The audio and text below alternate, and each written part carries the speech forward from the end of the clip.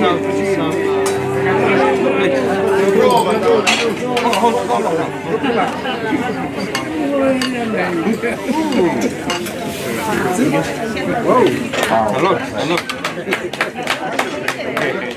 a really good plate of pasta.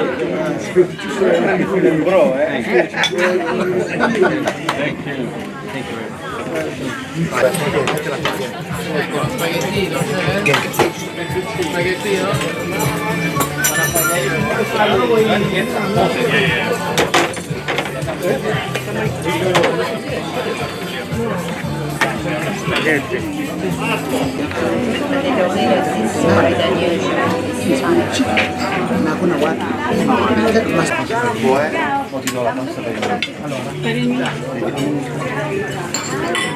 Thank you.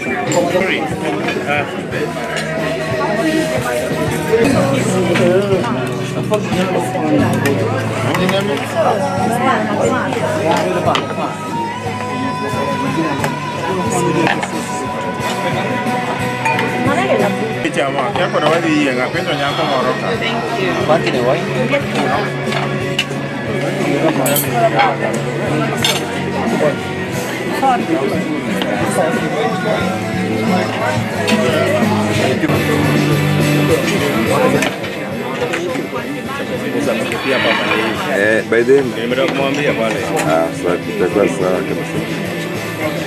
the Italians have been good friends of Malindi for many years, and we would like to strengthen and continue to deepen that relationship.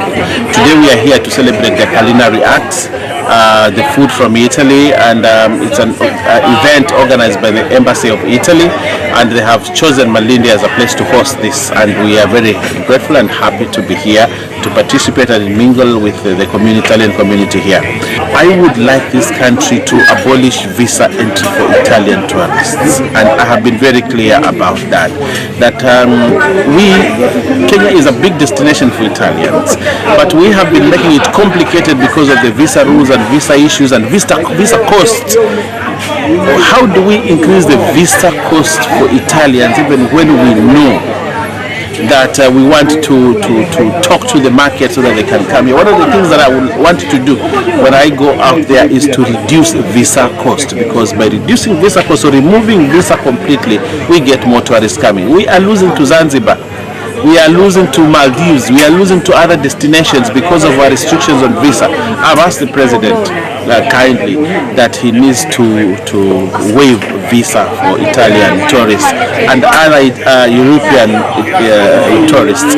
We have this other issue that is coming at our airports, especially from KRA, where if a tourist comes here with anything above $500, you are in trouble.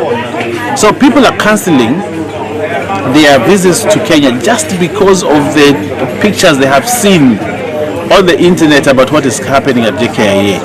I want to ask the minister in charge, Kithure Kindiki, put your house in order, especially on migration officers.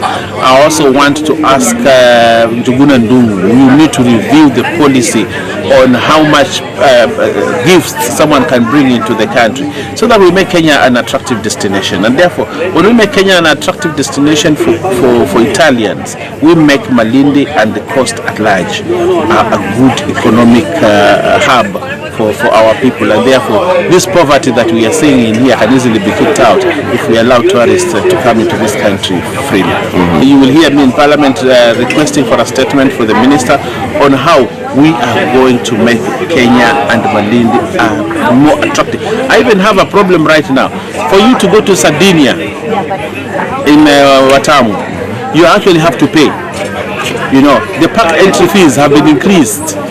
You know, the things that will bring the Italian to this country, they have increased the park entry fees. KWS now is demanding, if you have guests in your hotel and you want to go to Sardinia, you have to pay to KWS first before those tourists go there.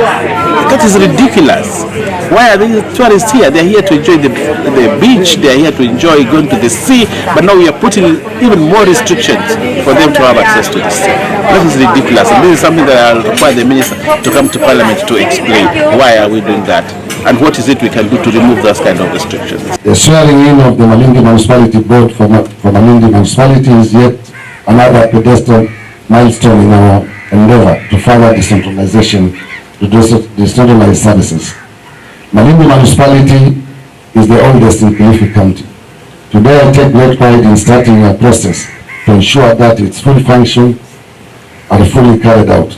This will pave the way for the rapid development of Malindi town and its surroundings. I want to emphasize that Malindi, being a significant tourist destination, must receive increased focus on developing its infrastructure and beautification initiatives. For the betterment of its residents, I urge everyone to unite their efforts in making Malindi an exemplary town. Napongeza sana nyote wale ambao mmechaguliwa leo. Mtakuwa na tabu sana, najua soon mtakuwa under attack from all the residents because they expect service delivered. Kama nyinyi tu mjikaze, mhakikishe mnafanya what is right for the people. Mimi nitasaidiana na nyinyi tuhakikishe kwamba tumedeliver service kwa watu wetu. And it's possible. I've been there before. I was in Malindi before and I cleaned Malindi. I made it #1 in Kenya. It is possible. So, hakuna sababu, no excuses ya kwamba hiyo isifanyike. I'd like to say that I had a conversation yesterday with the minister in charge of immigration, and we are changing the law, or we are amending the law, because we are looking at long-term visas. I know our president is also looking at how we can get free visa entry of our visitors coming from Italy and other places to come to this country without any visas. But even more important is that we're looking at people who have stayed here for a long time.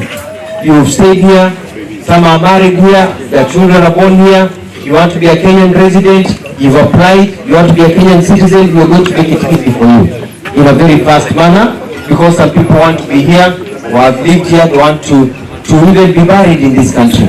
I want to assure my friends from Italy that Kenya loves Italians, and we have a very good relationship with Italians.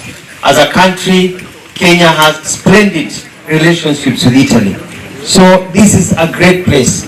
And Malindi used to be a little Italy, and we're going to make it the little Italy it used to be.